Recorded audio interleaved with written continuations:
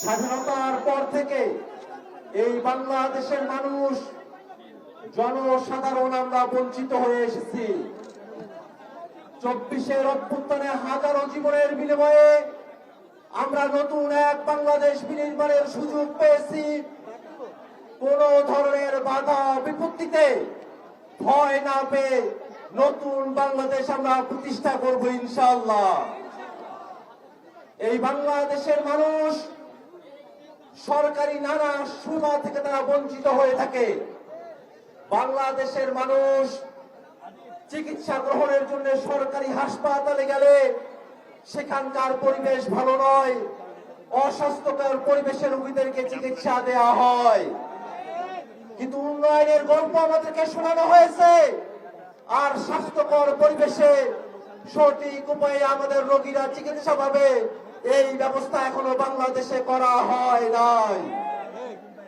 বাংলাদেশের শিক্ষার্থীরা গরিব ঘর থেকে যারা উঠে আসে তারা অনেক ক্ষেত্রে ভার্সিটি পরীক্ষাগুলো দেওয়ার সময় যাতেই টাকা পয়সার অভাবে ভার্সিটির ভর্তি পরীক্ষাতেই বসতে পারে না।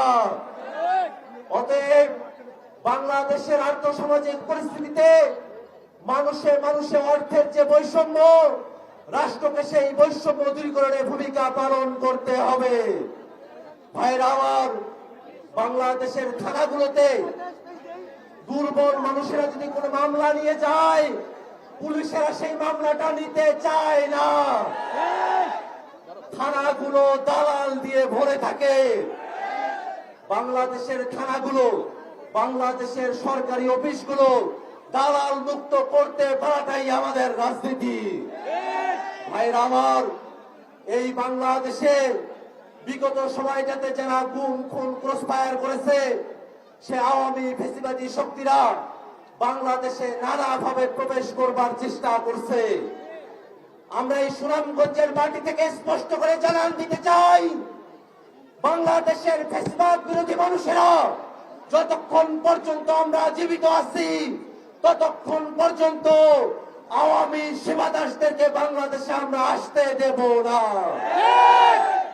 বাংলাদেশের সরকার, অন্তর্বর্তীকালীন সরকার, পরবর্তীতে যে কোনো সরকার গঠিত হবে, তারা ভুল বিভ্রান্তি করবে, আমরা তার সমালোচনা করব, ভুল ধরিয়ে দেব, কিন্তু ওই আওয়ামীদের ষড়যন্ত্রে আমরা পা দেব না। ভাইরা আমার, নতুন বাংলাদেশ করতে হলে বাংলাদেশের প্রতিষ্ঠানগুলোকে নতুন করে বিনির্মাণ করতে হবে। বাংলাদেশের সবথেকে বড় সংকট বাংলাদেশের রাষ্ট্রীয় প্রতিষ্ঠানগুলোতে দলীয় নিয়োগের সংকট। দলীয় নিয়োগ মুক্তভাবে, স্বাধীনভাবে, নিরপেক্ষভাবে বাংলাদেশের রাষ্ট্রীয় প্রতিষ্ঠানগুলোতে নিয়োগের বন্দোবস্ত আমাদেরকে প্রতিষ্ঠা করতে হবে। বাংলাদেশে অবকাঠামোগত উন্নয়নের কথা বলে হাজার হাজার লাখ লাখ কোটি টাকা বিদেশে পাচার করা হয়েছে।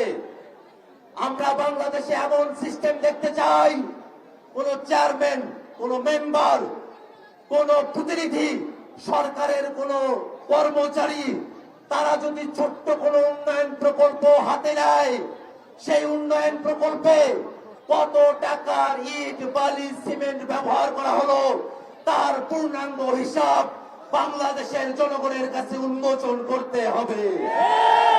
বালিশকাণ্ডের বাংলাদেশ আমরা আর দেখতে চাই না। এই নতুন বাংলাদেশ করতে হলে ধর্ম, বর্ণ, বাংলাদেশের সকল মানুষকে বিভাজন ভুলে গিয়ে এক সম্প্রীতির মধ্যপন্থী রাজনীতি আমাদের প্রতিষ্ঠা করতে হবে। সেই নতুন রাজনীতির দাওয়াত দিয়ে আমি আমার বক্তব্য এখানে শেষ করছি। ইনকিলাব জিন্দাবাদ।